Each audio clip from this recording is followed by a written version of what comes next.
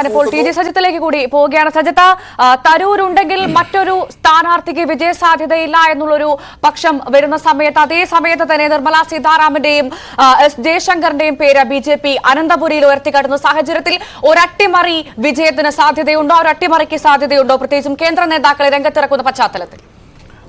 അരുൺ പറഞ്ഞതിന് തുടർച്ചയായി ഭവ്യ, അതായത് ഈ സംസ്ഥാനത്തെ ലോക്സഭാ തെരഞ്ഞെടുപ്പിൽ ഏറ്റവും ശക്തമായ VIP സാന്നിധ്യമുള്ള ഒരിടമായി തവണ തിരുവനന്തപുരം മാറും. അക്കാര്യത്തിൽ തർക്കമില്ല. കാരണം BJPയുടെ ആ ഒരു സർപ്രൈസ് അതെന്ത് എന്ന ചോദ്യമാണ്. കാരണം BJP നമ്മൾ കണ്ടിട്ടുള്ളതാണ്, ഏറ്റവും സംസ്ഥാനത്തെ സാധ്യതയുള്ള ഏറ്റവും ശക്തനായ സ്ഥാനാർത്ഥിയെ പരീക്ഷിച്ചിരുന്ന ഇടം അത് തലസ്ഥാന മണ്ഡലമാണ്, തിരുവനന്തപുരമാണ്. പക്ഷേ ഇത്തവണ അവർ കളം മാറ്റിപ്പിടിക്കുന്നു.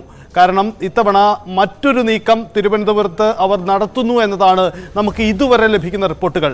അരുൺ പറഞ്ഞ ആ സാധ്യതകളുടെ തുടർച്ചയാണ് നമുക്ക് ചർച്ച ചെയ്യേണ്ടത്. അതായത് കേന്ദ്ര നേതാക്കൾ പലരും വരും, അല്ലെങ്കിൽ കേന്ദ്രമന്ത്രിമാർ വന്നേക്കാം, അതിനുമപ്പുറം പ്രധാനമന്ത്രി പോലും എത്തുമോ എന്ന ഒരു സസ്പെൻസ് ഇപ്പോഴും നിലനിർത്തിയാണ് BJP ക്യാമ്പുകൾ പോകുന്നത് എന്നതാണ് പ്രധാനപ്പെട്ട കാര്യം.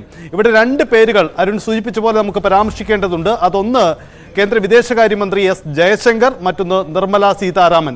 ഈ രണ്ട് പേരുകളും നമ്മൾ പരാമർശിക്കുന്നതിൻ്റെ പശ്ചാത്തലം അവർ തുടർച്ചയായി തിരുവനന്തപുരത്ത് വന്ന് സന്ദർശനം നടത്തി പോകുന്നു എന്നതാണ്. നമ്മൾ കഴിഞ്ഞ ദിവസമാണ് എസ് ജയശങ്കർ അദ്ദേഹം ഏറ്റവും ഒടുവിലായി തലസ്ഥാനത്തെത്തിയത്.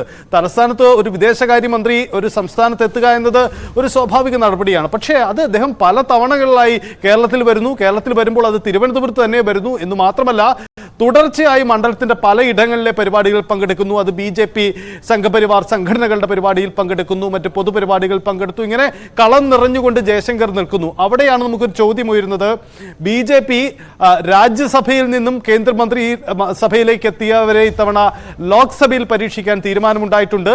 അങ്ങനെയെങ്കിൽ ജയശങ്കറിന് സീറ്റ് എവിടെ എന്ന ചോദ്യമുണ്ട്. അവിടെയാണ് കേരളവും തിരുവനന്തപുരവും ഒരു സാധ്യതയായി മാറുന്നത്. മറ്റൊരു പശ്ചാത്തലം കൂടിയുള്ളത്, ഇവിടെ ശശി തരൂരാണ്.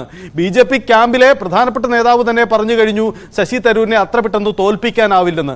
അങ്ങനെയെങ്കിൽ തരൂരിനെ തോൽപ്പിക്കണമെങ്കിൽ അവിടെ ഒരു കരുത്തൻ വരണം. ആ കരുത്തൻ ആരെ എന്ന ചോദ്യമാണ്. അത് ജയശങ്കർ ആകുമോ നിർമ്മലാ സീതാരാമനാകുമോ എന്ന പ്രധാനപ്പെട്ട കാര്യമാണ്. ഒരു കാര്യം